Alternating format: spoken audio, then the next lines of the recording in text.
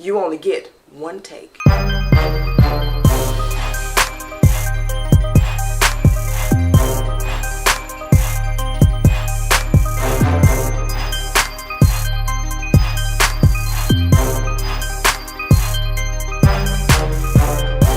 What's up, y'all? We're back for a new edition of Drop the Mic. And of course, you know we are here having exclusive interviews with people that are making a difference in the world. So today, please help me welcome Miss Darvece Monson. Hey, girl. Hey. So glad you're here. I'm glad to be here. So like you're like a small time celebrity for me. So oh my God, I'm serious. Okay, but everybody wants to know who you are. So as women, we take on so many roles. I know I wear about 18 hats. So tell me the different hats that you wear. Okay, all right. I'm Darvece Monson. I am a mother to an 8-year-old lovely daughter. I'm a woman and a fiance, depending on the day of the week that I feel like, you know, holding that title, you know. Oh, we can talk about that. But okay, keep right, going. Yeah, you know, so. Look, you know how that is. You're a woman, so 1 minute it's just me and you, and then that's what I'm saying. You ain't gonna tell me now. Okay, yeah. No, but in addition to that, I'm a nurse. I've been a nurse for 20 years. I am a writer. I'm a poet. I am a personal trainer. I'm a model.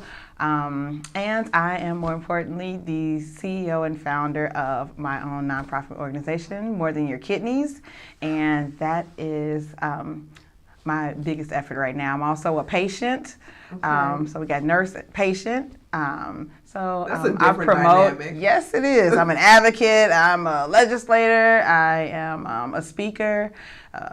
And that's about it. In addition to, pretty much. I think that's the a short lot. list.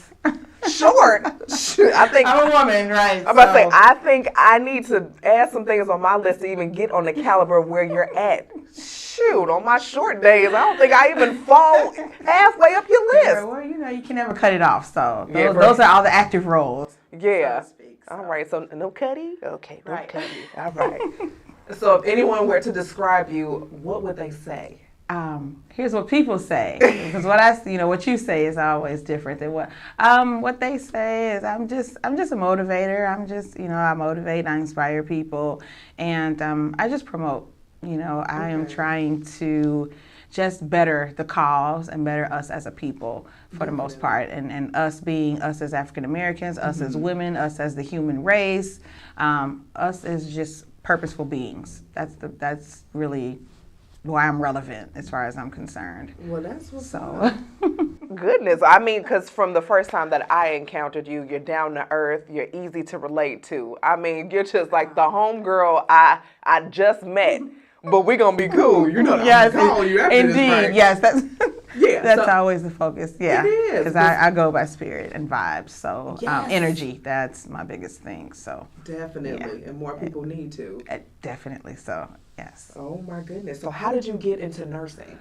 Actually, how I got into nursing was I started a program in high school, actually, for electives, and I just saw the students going around in their nursing uniforms, and when it came time to pick electives, I knew that they got out of class early, so that's pretty much how it started. Like, I can do that. And then once I got into it, it was a program through the Chicago Board of Education, and I was in high school. And so once I researched it more, I figured that you could, I found out you can get your LPN while you were in high school. And so that was my first branch into nursing. And so I went to school during high school time. So like in your sophomore year, you take the test, and then junior year, you go to school for half the day, and then you go to the hospital at the end of the day, and in your senior year, vice versa. So it was great because I loved it because of the extended vocabulary. You got to learn all these cool words and then help people. Yeah. And I, at that point, had never even known what a nurse did, or I wanted to be a journalist. I want that, or performing art. I wanted to be an art, an actress. I can see that. So so those are my real talents. But and so you just never know the plan for your life. So it just so happens. I also blog too, so I'm able to write. Yeah, let me add that. Yeah, to your I other know. list I of blog things. for Bean Times. Bean Times. Look us up. Filter free zone. And I'm back now. So that's what I love to do. So everything just seems to come together because in that you have people, you have making a difference, you have helping others, change. Definitely. And so here we are.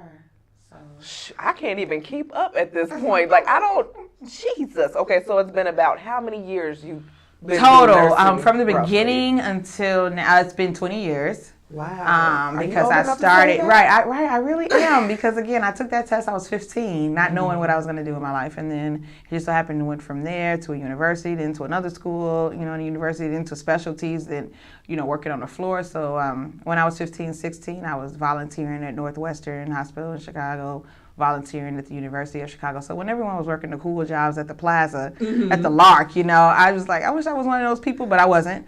I was a CNA.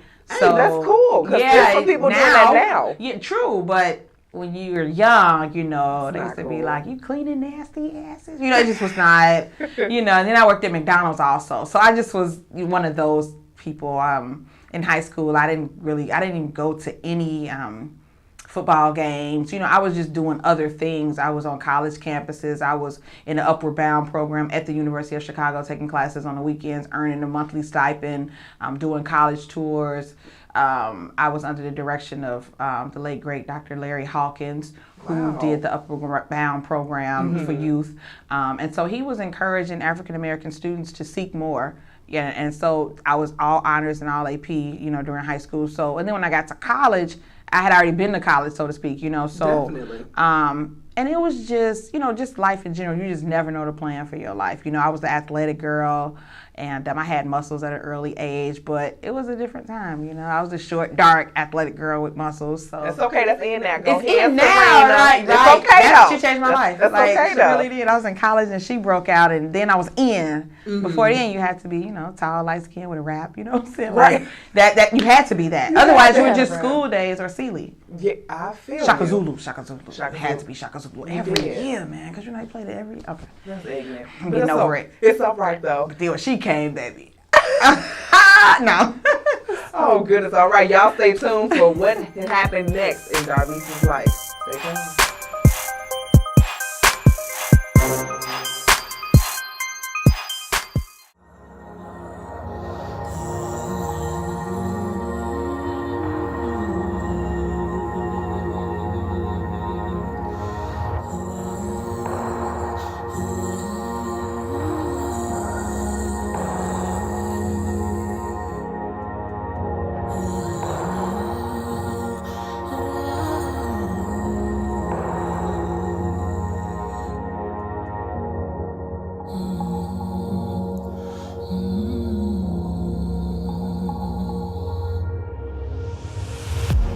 I'm trying to find my way. I'm lost and perplexed. I feel like my life. Ms. Darvece is a recipient of the Blue 1647 Ambassador Award that promotes business startups and women entrepreneurship, as well as receiving the Grown Ass Award, not to mention her feature in Ebony magazine, September 2016. Welcome back. Since we heard a little bit about Mrs. Darvece's past, we want to hear a little bit more in order to see how you are sculpted to the person that you are. Was there a major significant event that impacted you as a child? Childhood, yes, there was. Going back, of course, I had a rough childhood in terms of parenting. I'm the oldest. I have 4 sisters.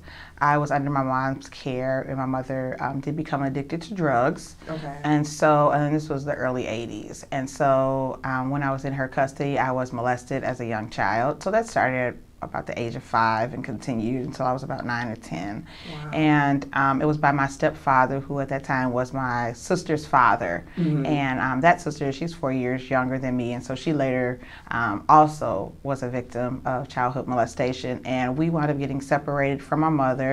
She went to DCFS custody, and my father then gained full custody of me. And my biological father. Okay. And so that created a difference, of course, because now you have 2 sisters that are separated. Right. She's being raised in the system, I'm not. So that would later have its own set, as you could imagine, of perils and plights and everything else. And then there was me that was dealing with that at the time. And as the oldest, so you deal with that, you deal with the fear. Definitely. You've endured it the longest. Parents not knowing. And my mother was always a victim also of domestic violence too. So you see her getting beat up, you see her taking drugs, you know, these things are happening because at that time, like, she would go to Catherine College, you know, like, so she would leave for college, and you know what's going to happen after that. So at that time, though, the resilience is what came after that, because my thing was, when I go to school, I'm safe.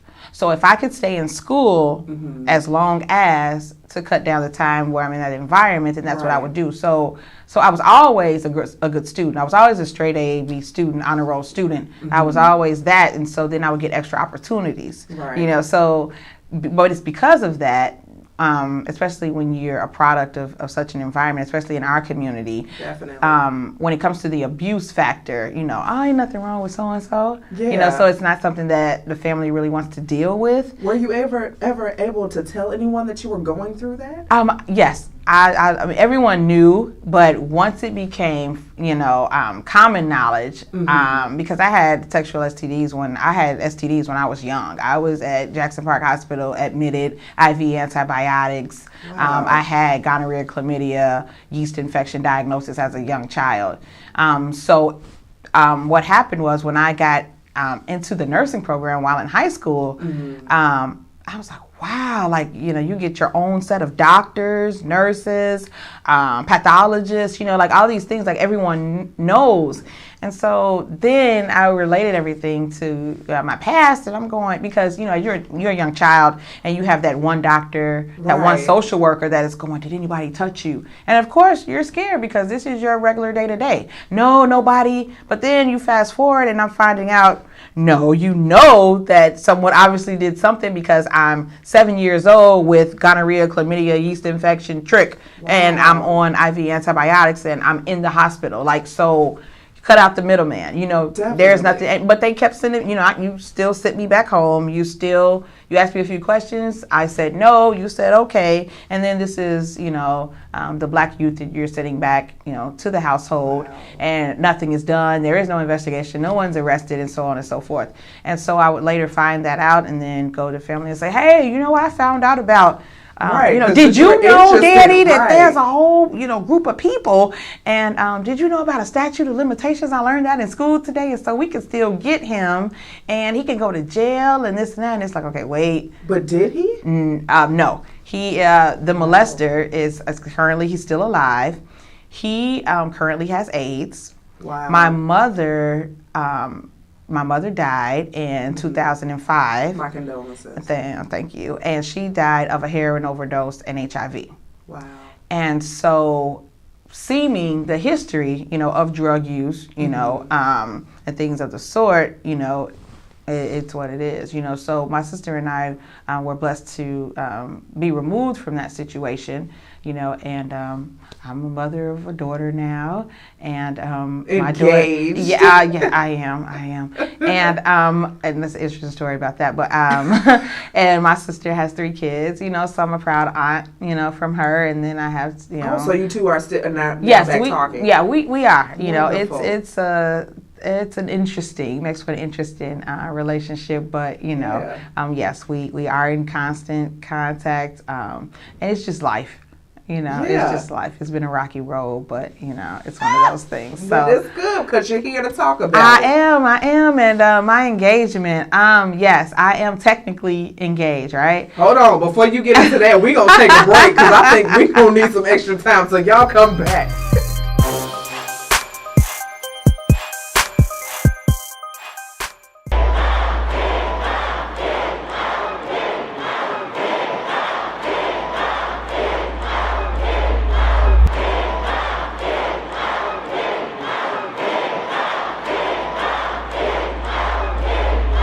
Everybody sound the same, commercialize the game, reminiscing when it wasn't all business. It forgot where it started, so we all gather here for the daily departed.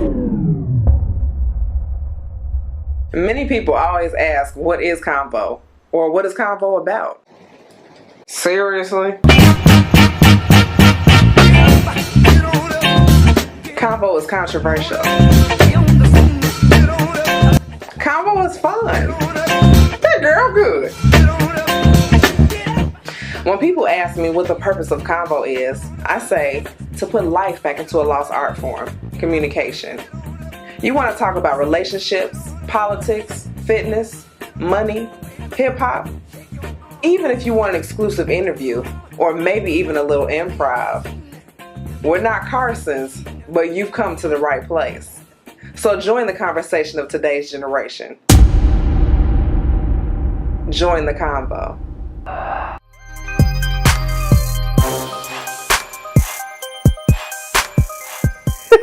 So we know that you're more than your kidneys, but what does that phrase mean to you, and how did that really come about? From an argument. See, my life is so comical. One day, well, when someone says, especially medical personnel, you get diagnosed with something. If someone says that this is what's wrong with you, as a human being, what you're going to do is now immerse yourself in your problems, in your situation, you know. Yeah. Someone, you know, that starts from childhood. You get an F, you know, you're a failure, you can't do it, that's all I am, you know. Right. And so what happened was once I got diagnosed, now I'm researching like crazy every day, all day. I'm on my phone, I'm on my computer. I need to know everything about this disease. I need to become familiar with every lab value, every norm, why I'm abnormal, how we're going to treat this, how I'm going to deal with. So that's what you saturate yourself with, the facts, the statistics, you know, all of the bad news, all of the bad stigmas and everything. And so then when you're in a relationship with someone, simultaneously, you're, you know, passing that on to them. Okay, did you know that, and what about this, and did you study it, did you see this link, and you're sending this information and everything. And so one day I was like, you know, why don't you know this stuff, and, you know, all of these things that, you know, after a while, he was like, you know, I don't want to hear about your kidneys anymore. Like, every day is your kidneys. Like, we get it, but you're more than your kidneys. I'm not with you because of your failing kidneys. Like, damn the kidneys, Darvece. And I was like, what do you mean? You know, you're more in your kidneys. Like, shut it. Like, I am. Like, yes, fool. Like, so then I'm stomping up the stairs. Like, I'm more than my kidneys. Okay. Like, let me get my life. Like, and then I just sit there, I'm more than my kidneys. You know, and then that's how it is, you know. So then from there, it's like, you know what, darn right, you know, right. like a Charlie Brown special. I'm more than my kidneys. And it just so happened that at that time, I, you know, started saying, okay. And then I presented that in my class, like, okay, we took a vote. Like, this is going to be the name of my organization. And I had, you know, and I was like, okay, don't just say, you know, because, you know, you never want the man to win. Like, never. Right, so I don't say it out loud. You don't say it out loud. So I was like, no, option 1, option 2. I won't tell you who said what, but you guys voted. And everybody was like, what are your kidneys? That's easy. And I was like, right. Came home like, you won. And so then over time, I would grow into that. Okay. And so here we are. So I'm so much more than my kidneys, and everyone is so much more than their ailments. Definitely. Whatever it is. So your organization focuses on what? Focuses on the complexities of dealing with this specific chronic illness, which is chronic kidney disease, how to prevent it, you know, how to manage it, how to not allow it to overwhelm you. Definitely. And succumb you, no matter what. So, okay, you got the diagnosis, you're in kidney failure. That doesn't equate to you being a failure. Right. And it doesn't stop there. They're going to tell you the statistics. They're going to tell you how, you know, the odds are stacked up against you. And that's fine. They're doing their job. I've been there. I've been on the other side. I'm going to tell you. But that means nothing. And they're going to do that with every chronic illness. They're going to do that with every diagnosis. So you're not just more than your kidneys, but you're more than your kidneys. You're more than your diabetes. You're more than your hypertension. You're more than your COPD, asthma. You know, we can keep going. And you're not limited. It's not what happens to you, it's what happens within you. Right. And you create the forest fire. So if you allow that to permeate your being, then you are that. So true. And I didn't come up with that. You know, that's what it is. But I was blessed to have someone in my life, which is my fiance, every other day. My fiance, to say that, you know. And one of the things that he said to me was that, Darvece, this is at my bedside once I got diagnosed. If I ask you who you are right now, you're going to tell me you're motivated, you're dedicated, you're determined, you're a champion, you're a warrior. That's what you're going to say. You've always said that. But now is the time for you to prove that that's who you are. And that's what he said after he said, I should marry you right now. Let's just get married. And I'm like, what? What a support system. Yeah, and he did. And so even after that, I was discharged. I was at home crying every day, not getting out of bed. I couldn't do anything. We brush your hair. Like, I can't brush my hair. Why? Like everything, I failed. Yeah. And I went from being the healthiest person and training people and showing people how to live, how to eat right, how to cook, how to run marathons, how to do triathlons. And now it happened to me. Mm-hmm. And I'm accepting the death wish. And he was like, not on my watch. That's not going to happen. You're still going to get up. You're still going to go to the gym every day. You're still going to eat right. You're still going to, you have a daughter and you have me. Exactly. And here we are. So. Yeah. See, and the medications and things that you take, you don't take them in abundance like they prescribe. No. At that time, they had prescribed me for 14 medications, and they were making me worse. And he was the one that wiped the slate clean and said, we're not doing that. This is what we're going to do. And the nurse in me I was campaigning hard. I'm like, no, that's not what we're going to do. This is why this is important, and this is what they said. And it was making me worse. All of a sudden, my legs were swelling up. That had never happened before. Do you hear that? Yeah. She's a nurse and a patient. She's telling you that you do not have to take every prescribed medication. Yeah. So listen closely. Yeah. So that was happening. My abdomen was extremely distended. I always had a good 2-3 pack at least. Right. Working from I have to 6. But that's only in season. But anyway, and next thing you know, I was real distended, and I was like, what is this immovable hardened mass? Right. And I'm like, oh great, now I have cancer. It was just crazy. But because of all the medicines, and I was severely constipated. And one day he was like, you know what, but you backed up, for real, Yeah. And so, constipation, and then you're impacted, meaning you have so much in you that it's not going to move because you're also on a fluid restriction. So you're giving me 14 medications. And I didn't say 14 pills, I said 14 medications, which translated to 19 pills in a day. But then you're giving me a fluid restriction and saying I can only drink 2 bottles of water a day because I don't weigh that much and I'm short, so there's a height and weight proportion. And so all of these things, of course, nothing's going to be able to move throughout my system. Now now my skin is worsened. Now my color is bad. Then I'm anemic. Now I'm out of breath. All of these things. And he was like, this is just making you worse. We're not going to do that. We're going to do everything naturally because he's an herbalist. And yes. Yeah. So he's like, we're going to do minerals. We're going to do alkaline. We're going to do, all of the things that you were doing before. Who's to say that you can't do it now? And I'm like, but I'm the nurse, so I'm researching. Right. And he's like, you're not going to find that because you're not the norm, but they're treating you like the norm. Exactly. Which is true. This is, and I know as a nurse, this is the standard. Mm-hmm. The standards of care, the SOCs for renal failure. Right. But renal failure also mostly occurs with the elderly population. So the same 75-year-old woman that has my diagnosis, and she has all three, too. She has heart failure, renal failure, severe anemia, low potassium, dehydration. Right. We're on the same meds. But he's like, you're mobile. Exactly. You weigh this much. You have this much muscle mass.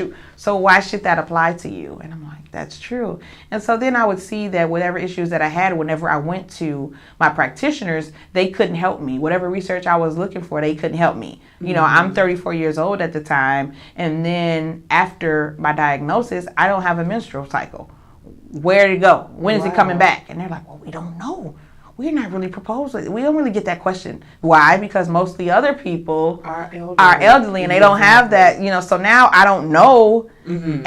And then he was like, what, duh, your body is into survival mode. Right. Your body knows that if it bleeds, you're going to bleed out because you don't have any iron anyway. Exactly. You just got 3 blood transfusions and you didn't even know it. You were in the desert with no potassium. I had no potassium practically. Wow. And hardly no iron. And it was because of that, my hair had started falling out 2-3 years before my diagnosis, and I didn't even know. I mean, I knew it was falling out, but I didn't go any further and know why, So too busy living life. So going from 14 medications, how many are you taking now? I'm on one hypertensive med that I take twice a day, and I'm on a phosphate binder that I take every 3 days. I don't take it with every meal. I'm sorry, I take did you hear that? And I have perfect lab results, and I have maintained perfect lab results. I've been dealing with my diagnosis for 17 months. I have maintained perfect lab results for 15 months. So I had my 2-month depression, and oh my God, and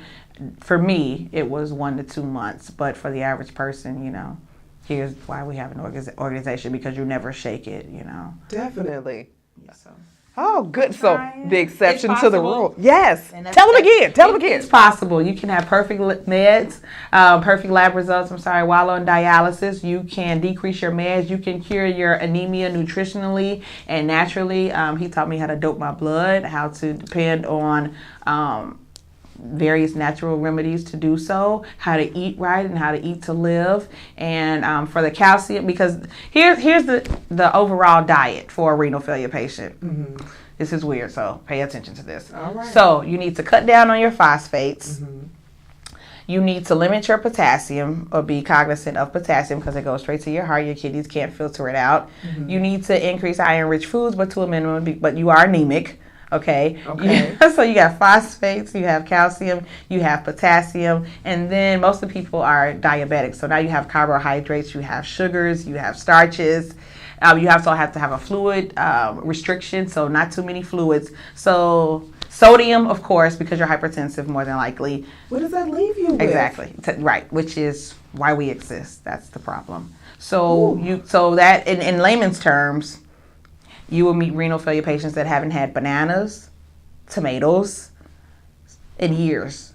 So because they're afraid of those things, go straight to your heart, everything else. They can't eat potatoes because that's too much phosphate. You can't drink a pop, or, things. So that's, you can't have too many vegetables of this type. You can't, so it's a lot. So you're basically changing the game. I'm trying to, yes. And I've been very successful. The word was, the mantra was, we're going to do this until they tell you that there's a problem. He said, when your lab results, now they're not, because they were crazy. With everything that they had me on and what they were telling me, my lab results were not perfect. And he said, we're going to do it our way. We're not going to let anyone know, because by the time we're done with this, they'll be studying you. And I'm glad to say I've been in 5 research studies so far. Oh, that is wonderful. Yes. And counting, because I'm sure there's more coming. All right, you guys stay tuned, because we got more with Ms. Darvece. Oh, hey. Watch me late night. Sundays, 11 p.m. C.O.N.V.O. What are you waiting for?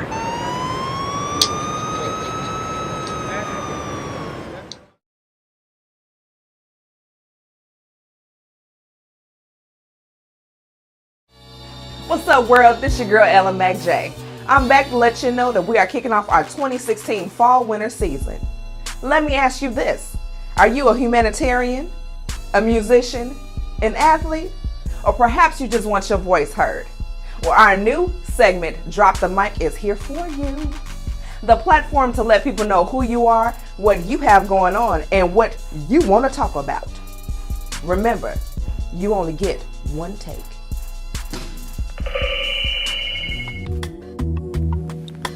Join on the 7s with Ella Mac J. It's your girl Ella Mac J here. Ella Mac J. Ella Mac J. We're on the 7s, 7 topics in 7 days and under 7 minutes. So let's get it. Watch as she speaks on positive news, social topics, sports, and more. Tune in every Friday afternoon as she brings you 7 topics from 7 days in under 7 minutes. It's never too late to join the convo. Can't sleep too long, I need you to wake up. Wake up, wake up, it's time to get your wake up. Wake up, wake up.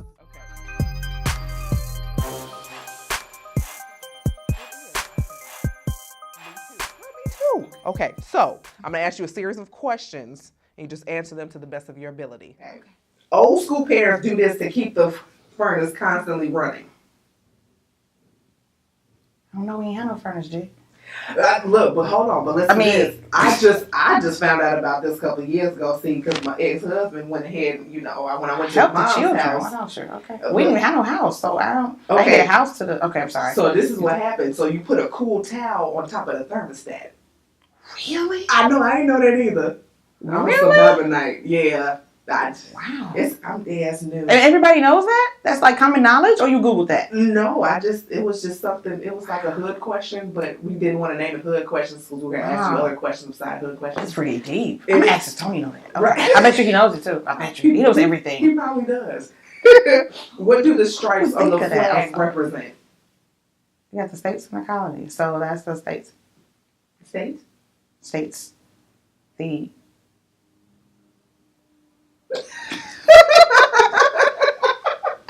I thought it was the states. Okay, go ahead. No, but you said states and colonies. It is colonies. It's 13 colonies. It's 13 colonies. Yes, 13 colonies. Oh, look, I never pay attention okay, to just history. it's the worst subject, but Tony knows everything. Okay, so I'm like history. I could have brought somebody in for that. This who thought of this? Right. It is that part. Where's that at? Boom, boom. Right. Okay. Right in. Okay. Can we vote on this? Now these are just your preferences: Goose Island or Lawrence's. Neither really. But if I had the fruit prick one, I know. Really?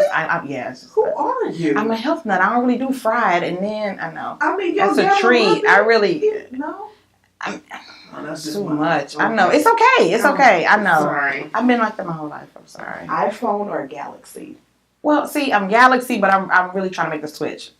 Yeah. I think I'm ready now. Especially since the Galaxies are blowing up. I just heard about that this morning. Yeah. It's been going on a lot. Yeah, and then I finally worked someone's iPhone at my event, and I got the hang of it. So now I'm less intimidated because that was my thing. I know I'm battling kidney failure, but I'm intimidated to switch from Galaxy to iPhone. Yes, it is my life. It is a reality show. Like, it's so stupid. Like, you go to dialysis 3 times a week, but you can't switch from... Anyway, I understand. Not my show. Okay, Macy's or Marshall Fields? Marshall Fields all day long. For real, the Frango mints. Man. You eat those? Did you eat those? I did. I did. I was going to say, okay. Just because my grandmother, because it wasn't my thing. I'm not a mint person, but those were, Yeah, those were different. Yeah. Okay, last one. But it's the windows, really. Macy's. And then Macy's is New York. I remember Chicago. We don't really. Yeah, for real. I was mad they left. Very. I'm still on it. Yeah. Okay. Last one. Morris Chestnut or Blair Underwood? Neither. I'm so sorry. I didn't mean to. I thought I was on camera. Said, I was about to say, I was going to go in. I'm sorry. No. But if I had to choose, I got to choose one Morris. Okay. But who's your real choice then? And see, that's my thing. I've met so many celebrities, and I'm like a real person. My real choice is Boney James, but I love him, and he knows me, so we good. But really? I'm a musician head. Yes, I am not. Me too. Like, I love Fallon. Like, I like funny men. Yeah. I don't. I'm not an Idris. I'm not into that. I'm weird. That's no, you're not. You're different. Yeah, okay. Yeah, that's so PC. Yeah, if I have to meet anyone, like, I'm so excited about meeting George Lopez in 2 weeks. I mean, George, George, I'm gonna see George Lopez very soon. I'm excited about that. Like, he's a kidney survivalist. He's had a transplant. Like, I'm one of those people. I'm like a real life. The other day, I saw one of my sheroes. Her name is Ladrissa Bonneville from Chicago. She's a competitor. She's like, a bodybuilder and a trainer. Like, I'm one of those people. Celebrities that doesn't really, I don't. I'm boring. I'm the same. Like, I could be right next to somebody and they be like, don't you know this? And I won't know because I don't watch a lot of TV. Yeah. But you're not really missing much anyway, because reality shows are a little different now. Well, no, they're presidential. That's what they are. They're debates. Yes, they are. Like, so I wouldn't know those people. We don't, I just, in my house, we don't really watch TV. I read a lot. So James Patterson, that's my dude. James Patterson. He's a writer. He's more than a writer. He is a mover. You know what I'm saying? Like House of Cards, Kevin Spacey. Always loved him. Please, anybody know him? You're like, Oh, girl, I know you're wrong for days. That's okay, it. So those are the real questions. Can we write in later? Okay. Ask me all these history questions. All right, so we all want you guys to know that you're more than your kidneys. You're more than all of your ailments, every health issue. You are not it. Organ donation. It is not you. It's not. Organ donation is very, very important. If you are not signed up to donate organs, please do so promptly. It's not about you. You're living life for other people. That's work out, exercise, and eat right so that you can help someone. Definitely. So until next time, y'all know, we'll see you. Drop the mic. It's so well. You are natural too. This is Darvece Monson, founder of More Than Your Kidneys, and the mic has officially been dropped.